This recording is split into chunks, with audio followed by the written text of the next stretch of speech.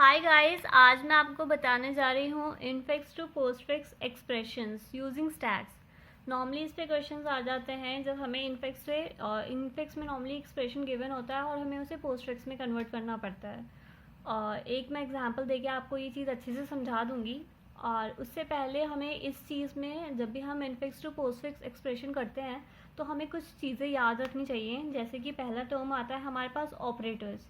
Operators like हमारे पास plus minus multiply divide power exponent जो भी है ये सारे हमारे ऑपरेटर्स हैं।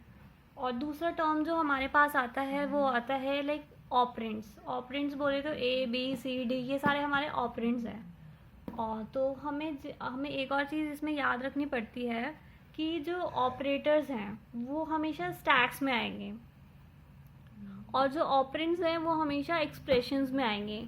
जो ऑपरेटर है वो कभी भी एक्सप्रेशंस में नहीं आ सकता और जो ऑपरेंड्स है वो कभी भी स्टैक में नहीं आ सकता। अभी और आपको अच्छे से समझ आ जाएगा जब मैं आपको एक एग्जांपल करके बताऊंगी।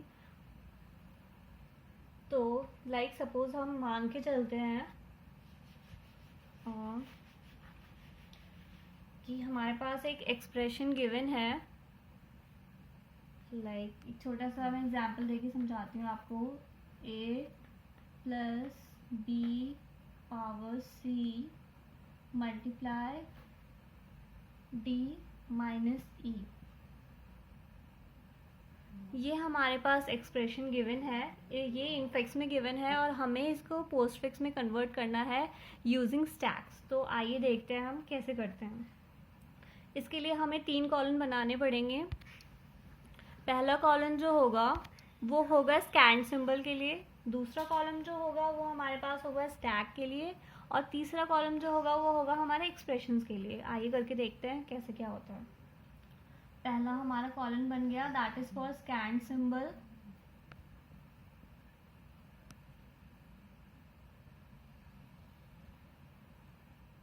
दूसरा हमारा बन गया है कॉलम फॉर स्टैक एंड तीसरा हमारा कॉलम बनेगा एक्सप्रेशंस के लिए। एक्सप्रेशंस तो जो स्कैन सिंबल है उसमें सारे हम जो भी स्टार्टिंग से लेके सारे जो भी एक्सप्रेशंस हैं उसको हम स्कैन करके एक एक एलिमेंट सारे लिखते चले जाते हैं। जिसमें हम स्कैन सिंबल में ऑपरेटर्स भी आते हैं और ऑपरेंड्स भी आते हैं। सारे एलिमेंट्स सीक्वेंस वाइज हम स्कैन करके इसमें लिखते चले जाते हैं। दूसरा आता है स्टैक। जैसे कि मैंने आपको पहले बताया कि स्टैक में सिर्फ ऑपरेटर्स आएंगे और जो एक्सप्रेशंस हैं एक्सप्रेशंस में सिर्फ ऑपरेंड्स आएंगे। तो करके दिखाती हूँ मैं आपको कैसे होता है। सबसे पहला हमारे पास क्या है, ए है। तो ए जो है ए को हमने as it is scan symbol वाले कॉलम में लिख लिया। नेक्स्ट है हमारे पास स्टैक। स्टैक में सिंस ए जो है हमारे पास क्या है वो है ऑपरेंड। तो ऑपरेंड जो है वो स्टैक में नहीं आ सकता तो ये एम्प्टी हो जाएगा। Like I should write empty. तो स्टैक जो है अभी हमारा एम्प्टी है, स्टैक में कुछ नहीं आया। और एक्सप्रेशंस में सिर्फ क्या आता है हमारे पास, ऑपरेंड्स। तो ऑपरेंड्स में ये एज इट इज़ आ गया। नेक्स्ट हमारे पास क्या है, प्लस। तो प्लस भी हमने इसको स्कैन कर लिया। तो जो प्लस क्या है, ऑपरेटर है, तो प्लस यहाँ पे आ जाएगा। और एक्सप्रेशंस में सिर्फ ए रहेगा क्योंकि ऑपरेटर कभी भी एक्सप्रेशंस में नहीं आ पाते। नेक्स्ट है हमारे पास ओपनिंग ब्रैकेट। ओपनिंग ब्रैकेट आते ही ये भी हमारे पास ऑपरेटर में आता है तो ये ओपनिंग ब्रैकेट भी आ जाएगा और यहाँ पे एज इट इज़ ए रहेगा। नेक्स्ट हमारे पास है बी। बी क्या है हमारे पास, बी जो है वो ऑपरेंट है। तो ऑपरेंट तो हमारे पास एज इट इज़ आ जाएगा A B. Next we have power symbol. तो ये भी हमारे पास ऑपरेटर है तो ये स्टैक में आ जाएगा एंड है we will have A B. Next हमारे पास आता है सी। तो सी भी हमारा क्या है वो है ऑपरेंट तो ये एग्जैक्टली एक्सप्रेशंस में आ जाएगा A B C. Next we have closing bracket. तो जब भी क्लोजिंग ब्रैकेट आ जाता है हमें एक चीज़ याद रखनी पड़ती है कि जैसे ही मैं आपको करके दिखाती हूँ, जस्ट अ सेकेंड। जैसे ये लिखा है यहाँ तक तो हम हैं ही, और जैसे ही क्लोजिंग ब्रैकेट आ गया, सपोज मैं ये सिर्फ बताने के लिए आपको बता रही हूँ, हालांकि पेपर में हमें एज ए क्लोजिंग ब्रैकेट दिखाना नहीं होता है, जस्ट फॉर आपको समझ आ जाए इसलिए मैं आपको करके दिखा रही हूँ कि जैसे ही हमने क्लोजिंग ब्रैकेट डाल दिया तो उस क्लोजिंग ब्रैकेट के अंदर और ओपनिंग ब्रैकेट से पहले जो भी मतलब ओपनिंग ब्रैकेट के अंदर और क्लोजिंग ब्रैकेट में जो भी एलिमेंट जो भी ऑपरेटर्स हैं वो सारे एज इट इज़ आ जाएंगे हमारे पास एक्सप्रेशंस में। तो एक्सप्रेशंस में हमारे पास क्लोजिंग ब्रैकेट से पहले क्या था, हमारे पास सिर्फ एक्सपोनेंट वाला था, मतलब पावर वाला, तो वो हमारे पास एज इट इज़ आ गया। और ओपनिंग ब्रैकेट से लेके ये सारा कुछ हट गया, तो हमारे पास ये चीज़ आ गया। तो अब हमारे पास सिर्फ प्लस रह गया है। नेक्स्ट हमारे पास क्लोजिंग ब्रैकेट के बाद वाला एक्सप्रेशन क्या है, मल्टीप्लाई हमने एज इट इज़ लिख दिया, प्लस हमारे पास बचा था, अब आगे हमारे पास मल्टीप्लाई, और यहाँ पे हमारे पास ए बी सी और पावर वाला एज इट इज़ रहेगा। Next we have D. तो जैसे ही डी आ जाता है, तो डी क्या है, ऑपरेंट है, तो वो एक्सप्रेशन स्टैक में तो आएगा नहीं, तो यहाँ पे एज इट इज़ रहेगा, और यहाँ पे आ जाएगा हमारे पास A B C power D. Next what we have, next is minus. तो जैसे ही माइनस आ जाता है तो प्लस मल्टीप्लाई और माइनस, ये चीज़ गलत है। मैं आपको बताना चाहूँगी, जब भी हम ऑपरेटर्स की बात करते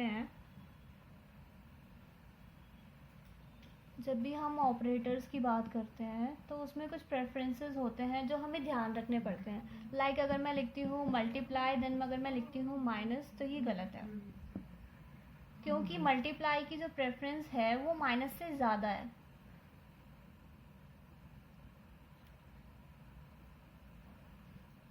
अगर मैं लिखती हूँ माइनस फिर अगर मैं लिखती हूँ मल्टीप्लाई, तो ये सही है, क्योंकि मल्टीप्लाई की प्रेफरेंस ज़्यादा है एज़ कम्पेयर टू माइनस से।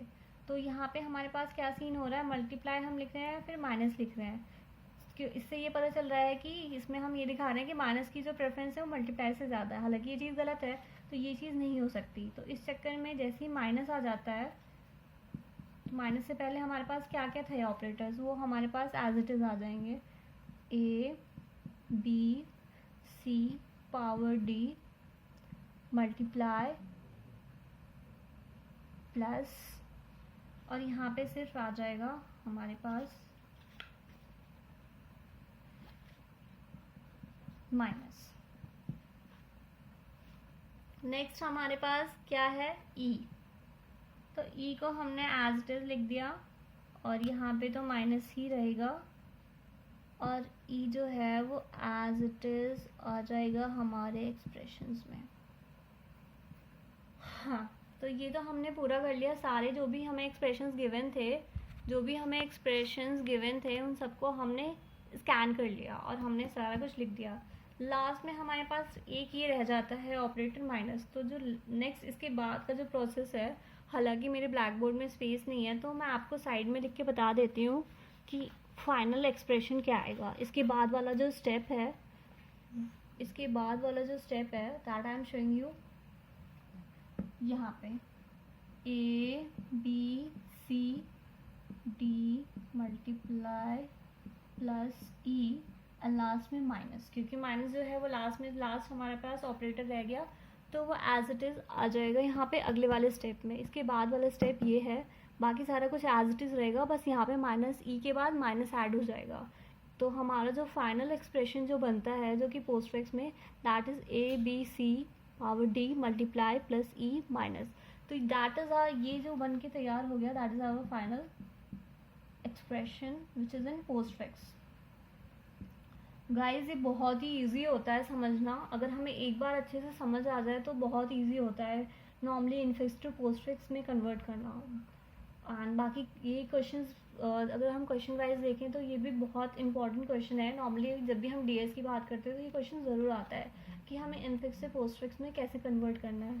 तो इसमें बस जैसे कि मैंने बताया 3 हमें कॉलम्स बनाने होते हैं, स्कैन सिंबल का, स्टैक का और एक्सप्रेशन का, और 2-3 बातें हमें ध्यान रखनी पड़ती हैं, किसका क्या प्रेफरेंस है ऑपरेटर्स का, वो बात। और दूसरी बात ये कि स्टैक में सिर्फ ऑपरेटर्स आएंगे, और एक्सप्रेशन की अगर हम बात करें तो एक्सप्रेशंस में सिर्फ ऑपरेंड्स आएंगे। आई होप ये आपको समझ आ गया हो।